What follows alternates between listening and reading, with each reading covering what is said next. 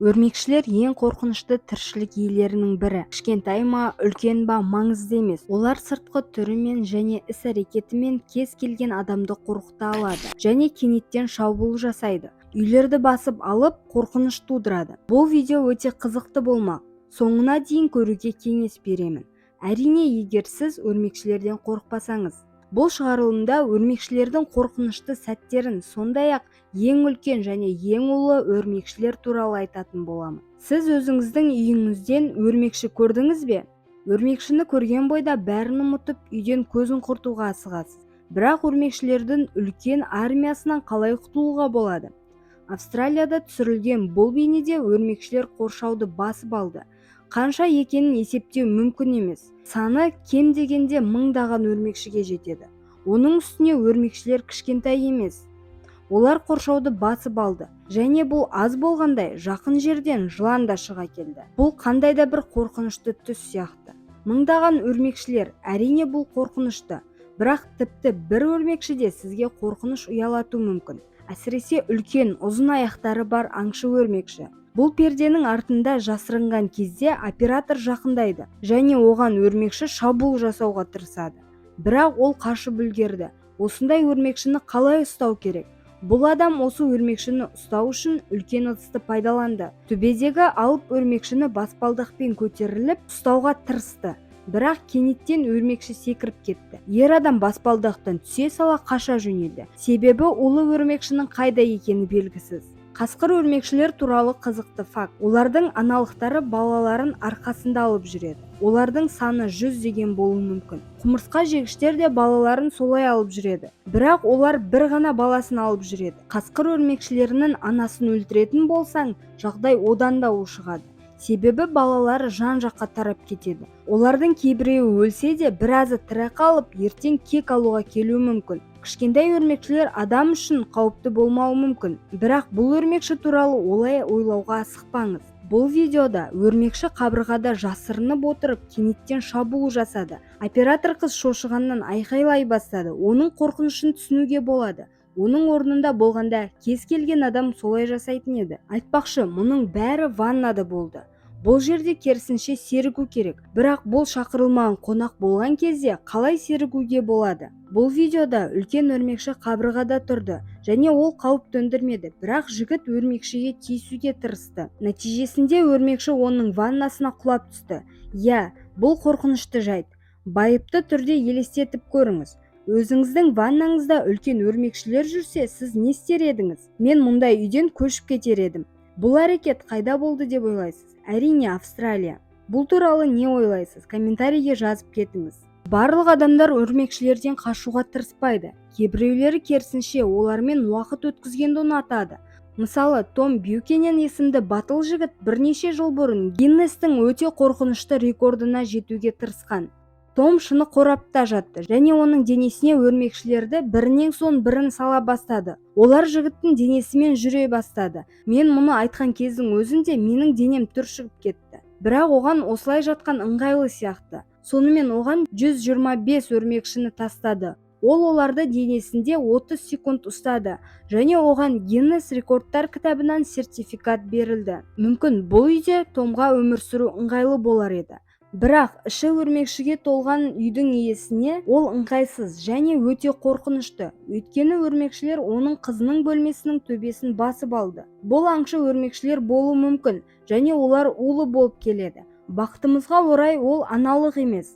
Бірақ бұл өрмекші өте үлкен. Сондықтан да үй иелері өте қатты қорқып тұр. Ең үлкен өрмекшілер де осы улы гермиттер болып табылады. Бірақ одан да үлкен түрлері бар. Мысалы, алып аңшы өрмекші Гетеропода максима. Оның аяғының ұзындығы 30 сантиметрге жетеді. Және бұл барлық өрмекшілердің арасындағы рекордтық көрсеткіш. Бұл Лаостада мекендейтін өрмекшілер шынымен үлкен, дегенмен одан да үлкен түрлері бар. Әлемдегі ең үлкен өрмекшілерді көру үшін әрі қарай көріңіз. Тарантул Голиаф ең бірінші орында алады.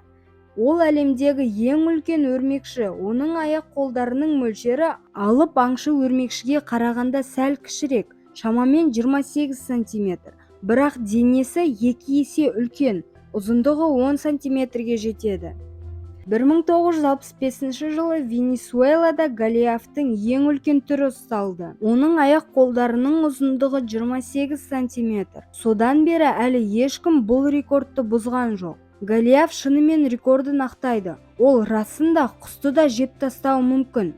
Ол әдетте тышқандар мен әртүрлі буын аяқтылармен қоректенеді. Қосмекенділердің мекендейтін ұясын өрмекші торымен жауып алып, олармен қоректенеді. Қуанышымызға орай, адам үшін голиаф қауіп төндірмейді. Максимум шаққаннан кейін жүрек айну мен терлеу болуы мүмкін. Бразилиялық қызғылт тарантул. Ол 3-ші орынға ие. Оның аяқ-қолының ұзындығы 25 сантиметрге жетеді. Кесіртке, бақа және тышқандармен қоректенеді. Бразилиялық қызғылт тарантула тек тропикалық ормандарда, Бразилияның Параиба штатында мекендейді. Оны сол жерде қоңыр түсінен және қызғылт түктермен ерекше тануға болады. Ол түктер сұлулық үшін емес, олар түктермен қорегін ұстайды. Олардың қорқынышты түрінен қарамастан, бұлар адамдар үшін өте зиянсыз, және олар тек көңілшек адамдар мен арахнофобтарды қорқытып алуы мүмкін. Бразилиялық алып қызыл тарантула. Бұл бразилиялық голиафтың көршісі. Ең үлкен өрмекшілердің бірі. Тек қана Оңтүстік Америкада емес, жалпы әлем бойынша. Оның аяқ-қолдарының ұзындығы кейде тіпті бразилдік қызғылт тарантуладан да көбірек болуы мүмкін. Осыған қарамастан көптеген Оңтүстік Америка және басқа да ел тұрғындары тарантуланы өз үйіне экзотикалық үй жануарлары ретінде ұстайды. Оларды толық үй жануарлары деп айтуға болады. Өйткені бұл тарантулалар 20-25 жыл өмір сүреді. Бірақ бұл тек аналықтарына қатысты. Аталықтарында сәттілік әлде қайда төмен. Олар басқалар сияқты 6-7 жылға дейін ғана өмір сүреді. Басқа тарантулалар сияқты бұл бразилиялық тарантула улы болып келеді. Алайда олардың уы адам үшін өлімге әкелмейді. Өкінішке орай, бұл өте улы өрмекшілер туралы олай айтуға мүмкін емес. Әлемдегі ең улы 3 өрмекшіні көргіңіз келсе, видеоны ары қарай көріңіз. Мүмкін бұл ақпарат бір күні сіздің өміріңізді құтқарады. Бразилиялық саяхатшы өрмекші. Тағы да біз Бразилия туралы айтатын сияқтымыз. Әлемдегі ең қауіпті өрмекшілер Австралияда өмір сүреді деп ойлайтын едік. Алайда бұл елде де улы өрмекшілер жеткілікті. Бразилиялық саяхатшы өрмекші Гиннестің рекордтар кітабына әлемдегі ең улы өрмекші ретінде енді. Бұл ол атағын тағы бір өрмекшімен бөліседі. Сіз оны жақын арада білесіз. Бірақ әзірше бұл саяхатшылар туралы не білуіңіз керек туралы айта кетейін. Олар үлкен, ұзындығы 20 сантиметрге жетеді.